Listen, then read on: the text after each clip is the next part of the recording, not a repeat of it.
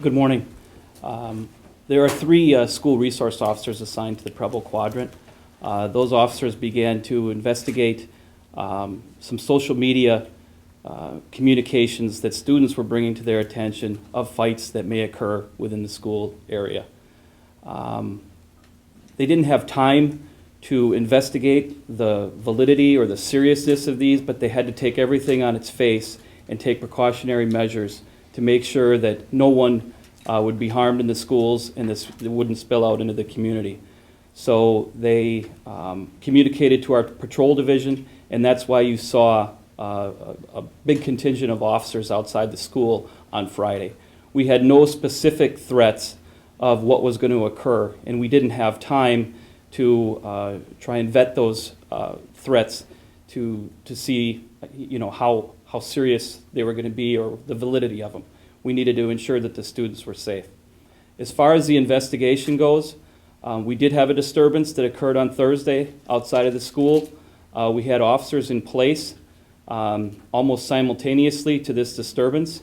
That case is under investigation. It is so much in the infancy stages of the investigation that I just learned within the last hour that there may be some gang ties to this fight, but it is still being investigated.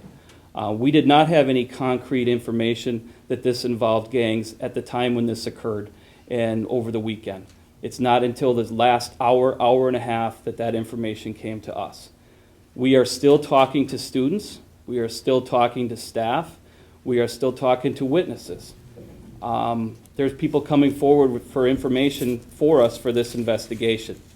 Any kind of aggressive behavior, any kind of behavior such as we witnessed as the investigation continues, we will look at each and every student involved, and if it means moving for expulsion, we will certainly go down that road. We will not tolerate disruptions like this or any potential gang activity or aggressive behaviors in our schools. Each school in Green Bay area public schools is a safe place for kids, and we wish to keep it that way. There was one student that had an injured jaw, and there was another student who was knocked down. Their injuries, they are able to go back to school, so their injuries were not that severe. I can't tell you the exact number, but what I can tell you is the vast majority of the kids want to go to school and want to be safe and want to get through their day.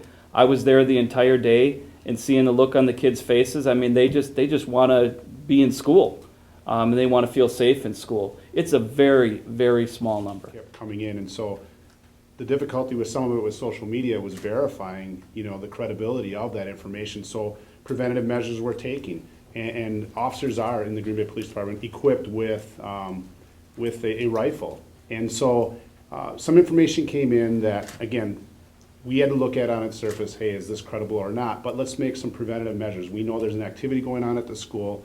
There was talk of, drive-by shootings, things like that. Some of this stuff is used loosely, but at the time, we need to make sure that we take preventative measures. So, yes, if an officer is outside there with a rifle, that is an offensive weapon. It's meant for that officer to use to protect himself and a number of different people.